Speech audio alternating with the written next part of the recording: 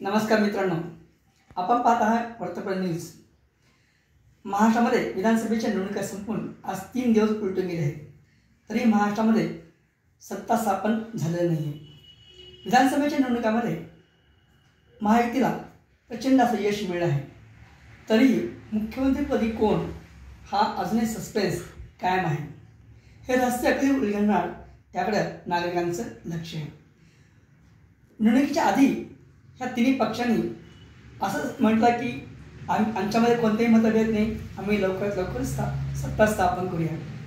तरी आज 3 दिवस उलटूनही अजूनही सत्ता स्थापन झालं नाही।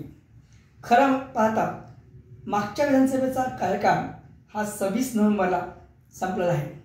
आता 27 नोव्हेंबरपासून दुसऱ्या विधानसभेचा कार्यकाळ सुरू होणार आहे आणि मग त्यानंतर सत्ता कोण स्थापन करणार, कोण मुख्यमंत्री होणार, शिवसेना, शिंदे गट, राष्ट्रवादी काँग्रेस, अजित पवार गट आणि भाजप ह्या 3 पक्षांपैकी कोणाचा मुख्यमंत्री होईल असं अजूनही चर्चा सुरू आहे।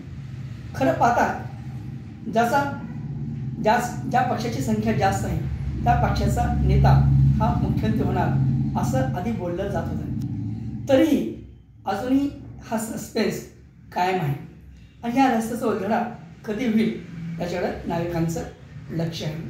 पण आगामी काळामध्ये म्हणजेच 2-3 दिवसामध्ये हा तिढा सुटावा अशी सर्वांची अपेक्षा आहे। जर जास्त काळ गेला तर मात्र या महाराष्ट्रामध्ये या ठिकाणी राष्ट्रपती राजवट लावण्याशिवाय पर्याय राहणार नाही।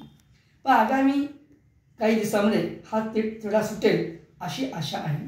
याचं मागचं कारण म्हणजे भाजपचा नेता हा दिल्लीतून ठरणार आहे या दिल्लीतून भाजपचे पक्षश्रेष्ठी निरीक्षक म्हणून येणार आहे। त्यानंतर या ठिकाणी त्यांचं विधिमंडळाची बैठक होणार आहे। विधिमंडळ नेत्यापदी कोणाची निवड होते याकडे सर्वांचं लक्ष आहे।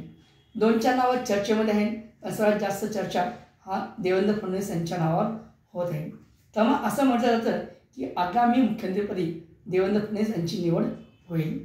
पण ज्या गतीने अजित पवार गटाने त्यांचा नेता निवडला, एकनाथ शिंदे यांच्या शिवसेना गट नेता निवडला, ती गती मात्र भाजपला साधता आलेली नाही आहे। त्याचं कारण पण असू शकतं की सर्वात मोठा पक्ष म्हणून आमदारांची संख्या जास्त असल्यामुळं या ठिकाणी इच्छुकांची संख्याही जास्त असू शकते। पण भाजपमध्ये एक निर्णय हा दिल्लीतून होतो, त्यामुळं कोणत्याही नावावर जर चर्चा व्हायची असेल तर ती आधीच झालेली असावी।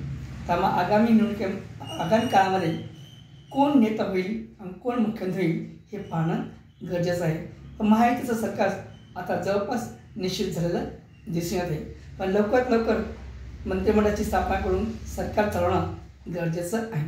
त्या अनेक समस्या किंवा अनेक प्रश्न समोर आहेत, त्यामध्ये निर्णय घेणे फार तात्काळ गरजेचं झालेलं आहे।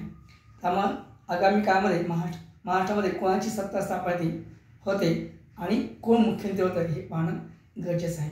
हा व्हिडिओ आवडल्यास आपण लाईक करा, शेअर करा, सबस्क्राईब करा। आमचं यूट्यूब चॅनल आपण समाज माध्यमावर म्हणजेच X नंतर इंस्टाग्राम आणि फेसबुकवर पाहत असाल तर कृपया करून आमच्या चॅनलला सबस्क्राईब करा आणि जास्तीत जास्त लोकांकडे शेअर करा। धन्यवाद।